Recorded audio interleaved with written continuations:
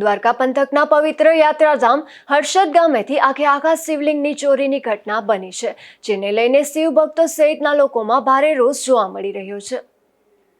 જામકલ્યાણપુર તાલુકામાં આવેલ હર્ષદ માતાજીનું મંદિર દેશ વિદેશમાં પ્રખ્યાત છે।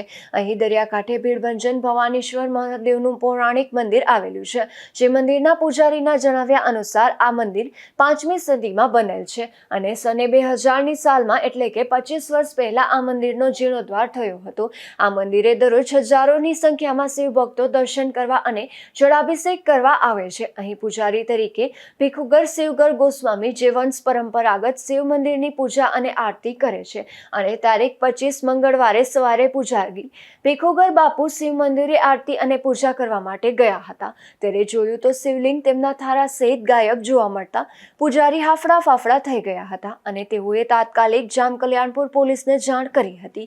ત્યારે જામકલ્યાણપુર પોલીસ અને દેવભૂમિ દ્વારકાના જિલ્લાના એસપી તાત્કાલિક હર્ષદ દોડી ગયા હતા અને પોલીસે શોધખોળ હાથ ધરતા દરિયા કિનારેથી શિવલિંગનું થારું મળી આવ્યું હતું, પરંતુ શિવલિંગ મળ્યું નથી। આ બનાવ બનતા હિન્દુ સમાજમાં ખૂબ જ રોષ ભભૂકી ઉઠ્યો છે અને મહાશિવરાત્રી પર્વ તારીખ 26 તારીખ અને બુધવારે હોવાથી પ્રયાગરાજ મહાસ્નાન તેમજ જૂનાગઢ ભવનાથ શિવરાત્રી મેળો, સોમનાથ શિવરાત્રી મેળો તથા સમગ્ર હિન્દુસ્તાનમાં શિવરાત્રીની ભવ્ય ઉજવણી થવા જઈ રહી છે। ત્યારે આગલા દિવસે જ હર્ષદ ગામે ભીડભંજન ભવાનીશ્વર મહાદેવનું શિવલિંગ ગાયબ થઈ જતા હિન્દુ સમાજમાં ખળભળાટ મચી ગયો છે।